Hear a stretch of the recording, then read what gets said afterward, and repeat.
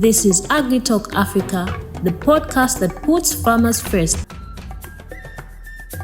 Hello dear farming community, my name is Tionge Kacheche and welcome to the Agritalk Africa special edition featuring the Agriculture and Cooperatives Awards. So today we are in Chilanga and I will be speaking to Madam Phiri, a farmer here in Chilanga who's nominated in the category Vegetable Farmer of the Year Award.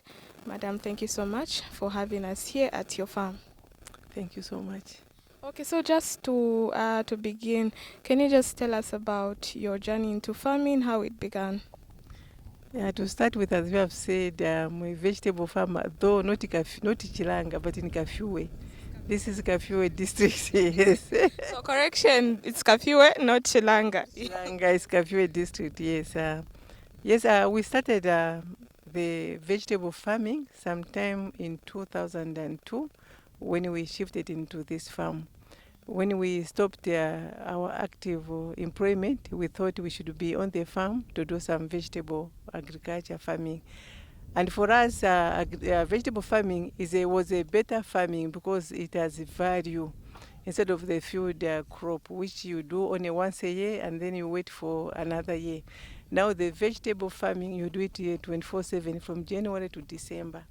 And we normally select high value crops. We don't just do each and every other vegetable. So for us, when we started, we entered into tomato farming, tomato and Irish potatoes.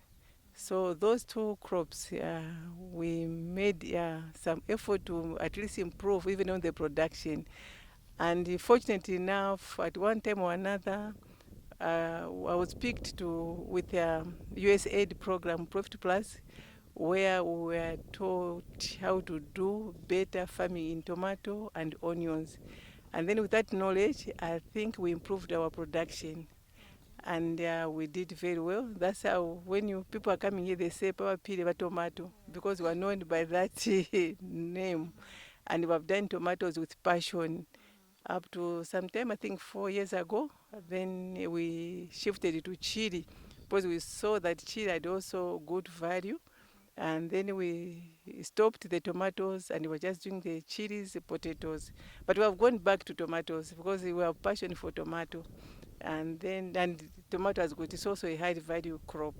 So we love to do the vegetables, as you can see on our farm, because we depend on the farm entirely. We're not working anywhere. So everything that we do on the farm gives us some income, paying ZESCO, paying workers, and also feeding ourselves.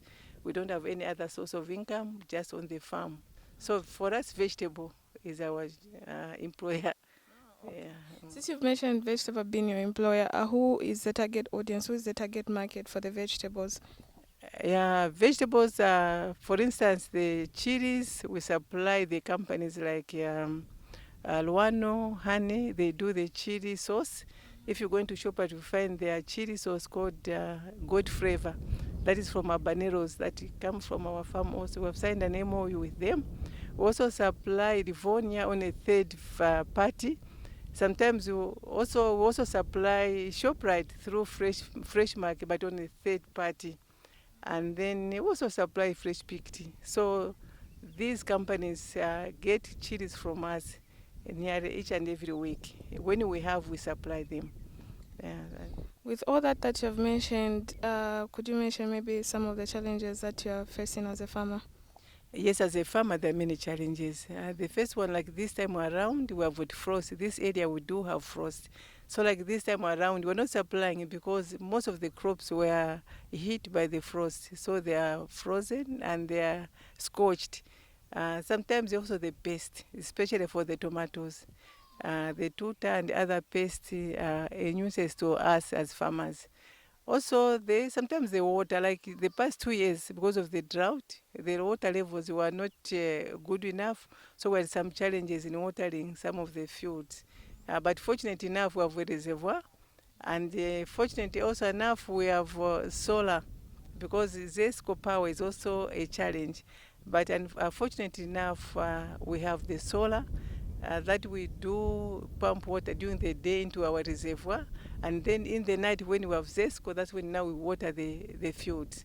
So those are the challenges, but we have tried to mitigate them. And from the visit, I did notice you're doing some seedlings. Maybe you could tell us more about that and what seedlings you're into. Yeah, we're also into a vegetable seedlings. We have a greenhouse which can carry about 300 trays of 200 plants in each hole.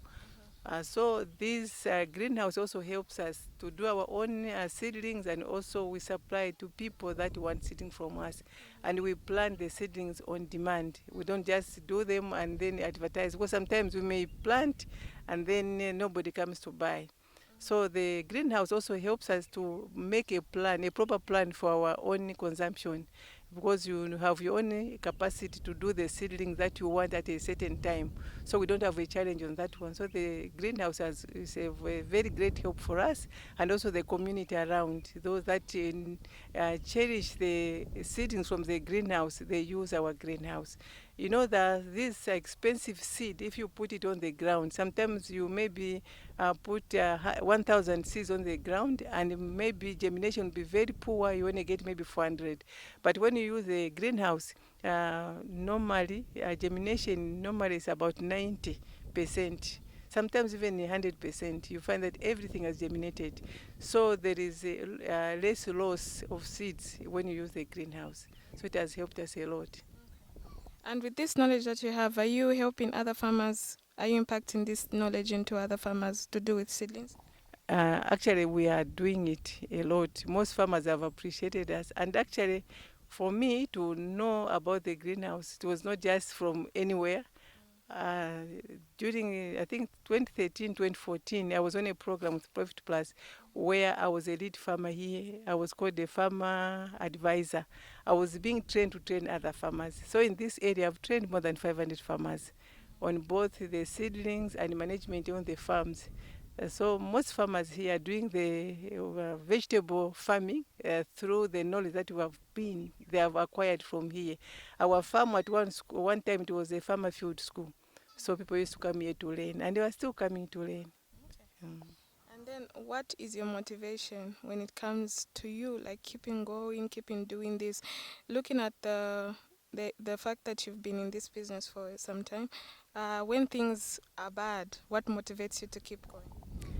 Yeah, what pushes me is actually the first one is the income, because I cannot do anything. I cannot go anywhere.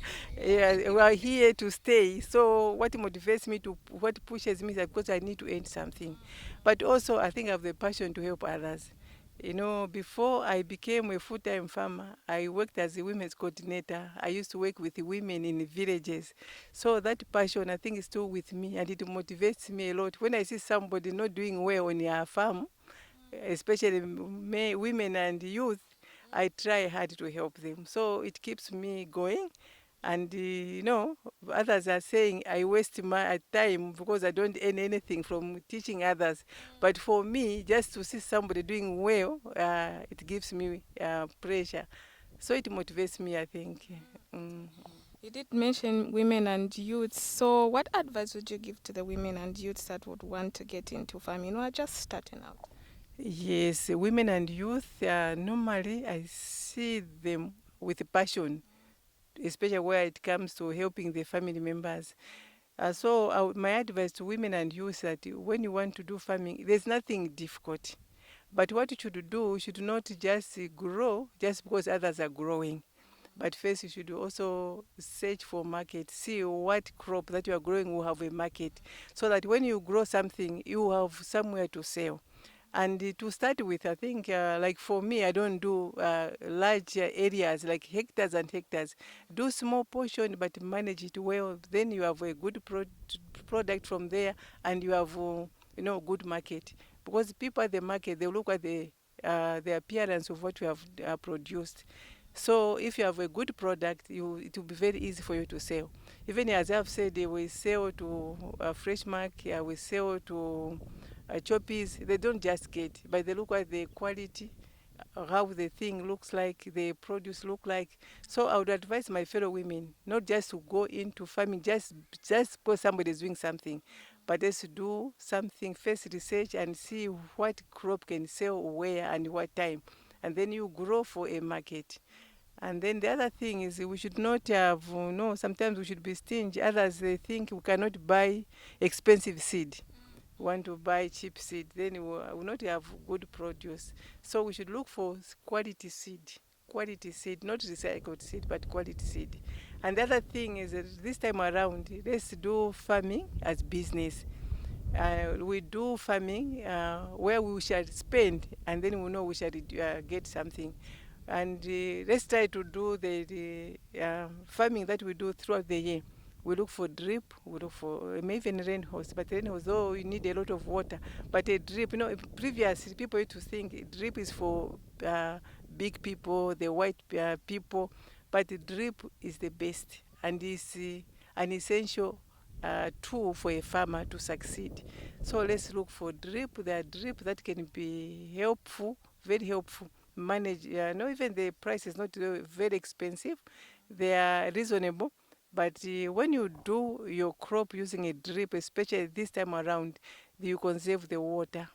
And then even if you have got not enough water, with a drip you can do some bigger area because you not waste water.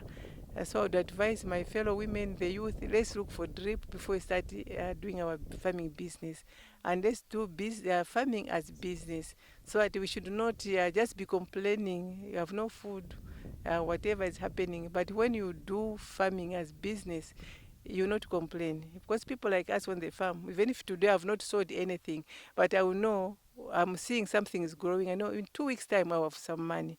So sometimes you live a better life because we're sustained by the thing that we grow on the farm. Yeah, that's amazing. And now with all this that you have said, what's the vision for your farm over the next few years? We want to grow. As I've said, we don't do large portions, but still small portions, but we multiply them. Yeah, we have just acquired a new borehole, a new drip kit. By October, you'll find many portions blooming green on this farm because we have expanded. We want also to supply to other markets. And as of now, we are not meeting the demand. We aggregate from other farmers. And so for me, we want to engage other women, other youth, so that we extend our market and that we don't run out of supply to our off-takers. Okay. No, thank you so much for welcoming us to your farm, and thank you so much for your time. Thank you so much. Anything else you would like to say? No, I'm grateful for, I think, putting me, being one of the nominees in this activity. I'm so grateful. I don't know how you got my name, but I'm so grateful that you visited me. When people visit you, it means there's something of value where you are. So I'm so grateful. Thank you so much. There you have it, dear viewers. Thank you so much for joining us on this episode. My name is Tionge Kacheche. Until the next episode, it's bye. This is Agritalk Africa, the podcast that puts farmers first.